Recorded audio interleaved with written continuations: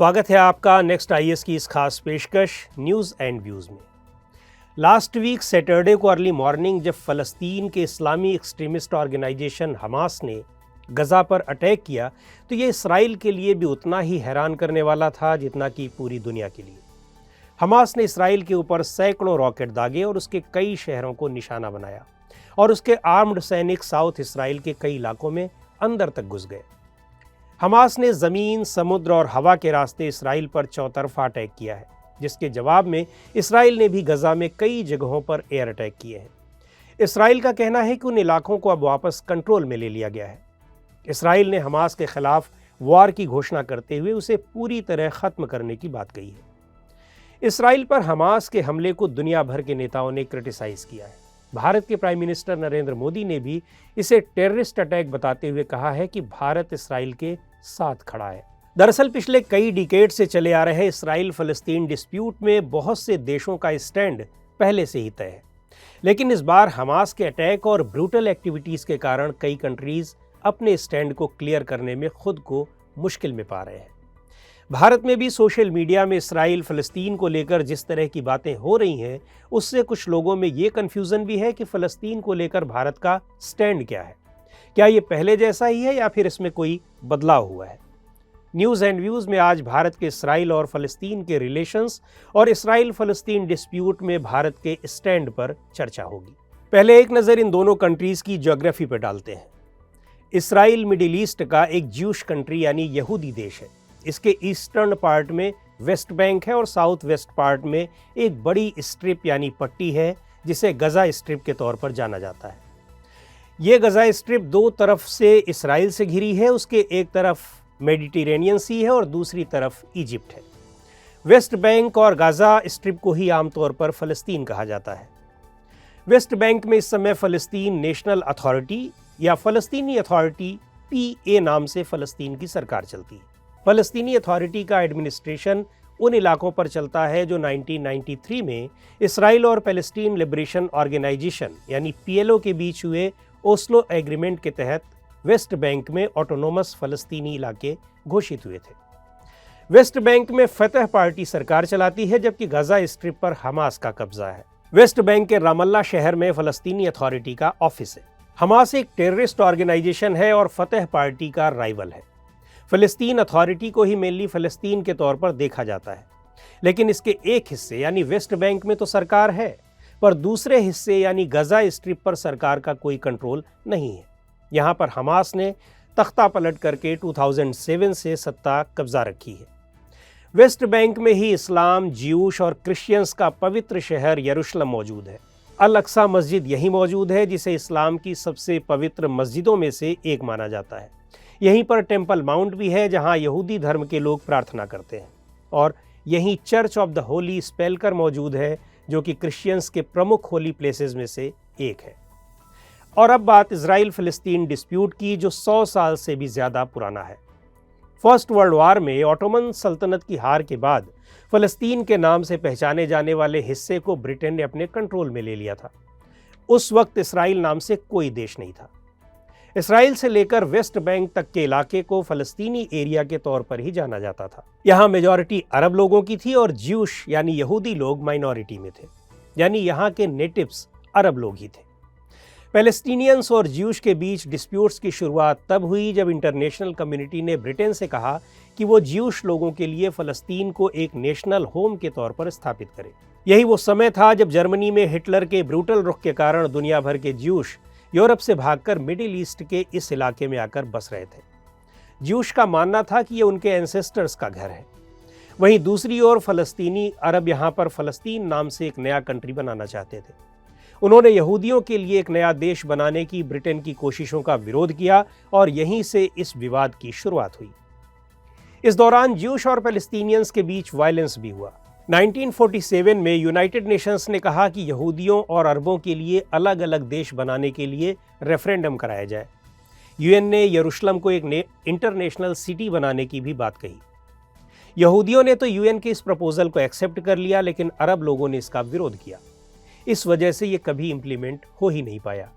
लेकिन 1948 में Jews leaders ने इसराइल के निर्माण का ऐलान कर दिया। पैलेस्टीनियंस ने इसका विरोध किया और दोनों के बीच वॉर्स की शुरुआत यहीं से हुई।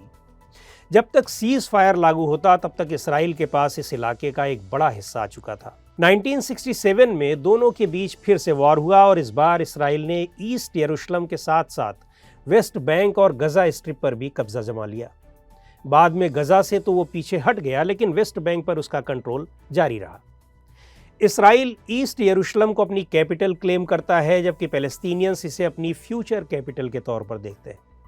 ज़्यादातर पैलेस्टीनियंस अभी भी वेस्ट बैंक में ही रहते हैं, जबकि कुछ लोग गजा स्ट्रिप में रह रहे हैं।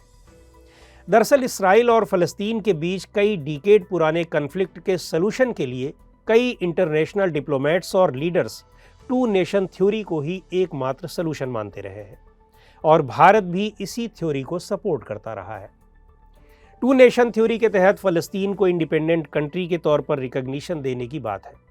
यानी ये कहा गया कि फ़लस्तीन को एक नेशन के तौर पर रिकॉग्निशन दी जाए और उसकी ज्योग्राफिकल बाउंड्रीज कुछ इस तरह होंगी कि उसमें वेस्ट बैंक की 1967 से पहले की सीज फायर लाइन, गजा स्ट्रिप और ईस्ट यरूशलेम शामिल होंगे।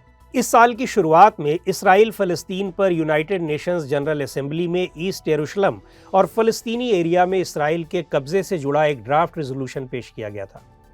इस रेजोल्यूशन में फ़लस्तीनी एरिया में इसराइल के लंबे समय तक कब्जे और उसके सेपरेशन के लीगल कॉन्सिक्वेंसेस के बारे में इंटरनेशनल कोर्ट से ओपिनियन मांगा गया था। अमेरिका और इसराइल ने इस ड्राफ्ट रेजोल्यूशन के खिलाफ वोट किया, लेकिन भारत, ब्राज़ील, जापान, म्यांमार और फ्रांस ने खुद को वोटिंग से दूर रखा। उस समय भी इसे भारत के इसराइल के करीब और फ़लस्तीन से दूर जाने के तौर पर देखा गया। लेकिन एक्सपर्ट्स का कहना है कि फ़लस्तीन को लेकर भारत की पॉलिसी बदल नहीं रही है, बल्कि वो डीहाइफनेशन की ओर ट्रांसफ़र हो रही है। यानी भारत फ़लस्तीन के इंटरेस्ट के लिए कन्वेंशनल तरीके से उसे अपना स्ट्रॉन्ग सपोर्ट देता रहेगा, लेकिन इसके साथ ही वो अपने इंटरेस्ट को ध्यान में रखते हुए इसराइल के साथ भी अच्छे रिलेशंस को बनाए रखेगा।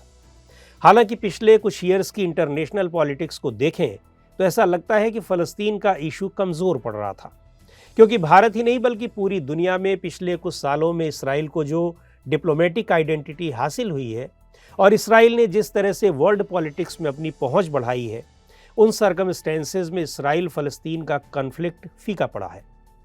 इसके पीछे एक वजह यह भी है कि फ़लस्तीन की लीडरशिप बटी हुई है। वहाँ चुनाव नहीं हो रहा है, पॉलिटिक्स में एक तरफ हमास है तो दूसरी तरफ फ़लस्तीन अथॉरिटी। इसके अलावा इस इलाके के लिए अदर कंट्रीज़ की प्रायोरिटीज़ भी बदल गई हैं।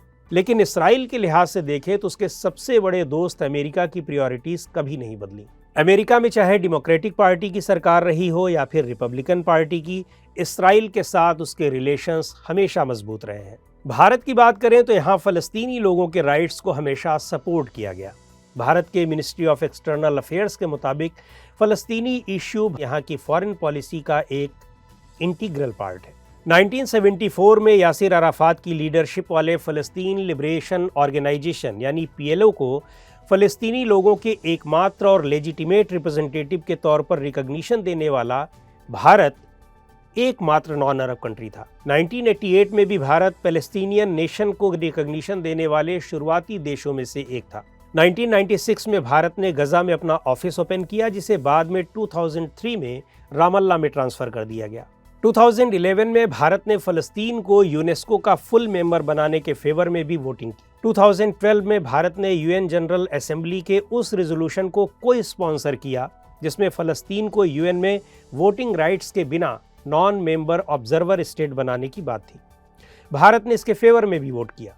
सितंबर 2015 में भारत ने फ़लस्तीनी फ्लैग को UN प्रेमाइस में लगाने का भी समर्थन किया। भारत और फ़लस्तीनी अथॉरिटी के बीच बाइलैटरल टॉक्स भी रेगुलरली होती रहती हैं और कई मौक़ों पर भारत ने फ़लस्तीन को फाइनेंशियल एड भी दी है। फरवरी 2018 में PM नरेंद्र मोदी फ़लस्तीनी इलाके में गए थे। इस दौरान फ़लस्तीनी अथॉरिटी के प्रेसिडेंट महमूद अब्बास ने मोदी को देश का सर्वोच्च सम्मान grand collar of the state of Palestine से नवाजा था। दरअसल पिछले कुछ समय से अरब कंट्रीज़ भी इसराइल के साथ अपने रिलेशंस को बेहतर कर रहे हैं। यहाँ तक कि सऊदी अरेबिया जैसी कंट्रीज़ भी, जिन्होंने अब तक इसराइल को रिकॉग्निशन नहीं दी है और उसके साथ उनका कोई डिप्लोमेटिक रिलेशनशिप नहीं है। 2020 में अमेरिका के मीडिएशन में UAE और बहरीन ने इसराइल के साथ अब्राहम एकॉर्ड नाम से हिस्टोरिकल एग्रीमेंट किया था, जिसके तहत यूएई और बहरीन ने इसराइल के साथ डिप्लोमेटिक रिलेशंस को बहाल कर लिया था। ऐसे में भारत और इसराइल के बीच दोस्ती भी अचानक नहीं बढ़ रही है, बल्कि इसकी एक अहम वजह यह भी है कि अरब कंट्रीज़ के भी इसराइल से रिलेशंस अब बेहतर हो रहे हैं। लेकिन बड़ा सवाल यह है कि क्या इससे फ़लस्तीन को लेकर उसका स्टैंड बदलेगा? तो बदलते सीनेरियो में एक्सपर्ट्स का कहना है कि फ़िलहाल भारत की ये पॉलिसी साफ है कि न तो इसराइल को फ़लस्तीन के आईने से देखा जाएगा और न ही फ़लस्तीन को इसराइल के आईने से। भारत ने इसराइल और फ़लस्तीन के बीच बैलेंस बनाए रखने के लिए आइडियलिस्टिक और प्रैग्मेटिस्ट स्टैंड के बीच बैलेंस बना रखा है। यानी जब भी ह्यूमन राइट्स की बात होगी तो फ़लस्तीन को सपोर्ट करेंगे, लेकिन जब भी अपने इंटरेस्ट से जुड़ी बात होगी तो हम इसराइल के साथ होंगे। दरअसल मौजूदा समय में परसेप्शन के लेवल पर भले ही ऐसा लग रहा हो कि भारत फिलहाल इसराइल के साथ है, लेकिन इसराइल को लेकर भारत की पॉलिसी पूरी तरह से रियलिस्टिक है और फ़लस्तीन को लेकर उसकी आइडियलिस्टिक पॉलिसी आगे भी बनी रहेगी। तो आज की इस एपिसोड में इतना ही। अगले एपिसोड में फिर मिलेंगे एक नए टॉपिक के साथ। आपको ये प्रोग्राम कैसा लगा कमेंट करके हमें ज़रूर बताएं। आप अपने सुझाव भी हमें भेज सकते हैं।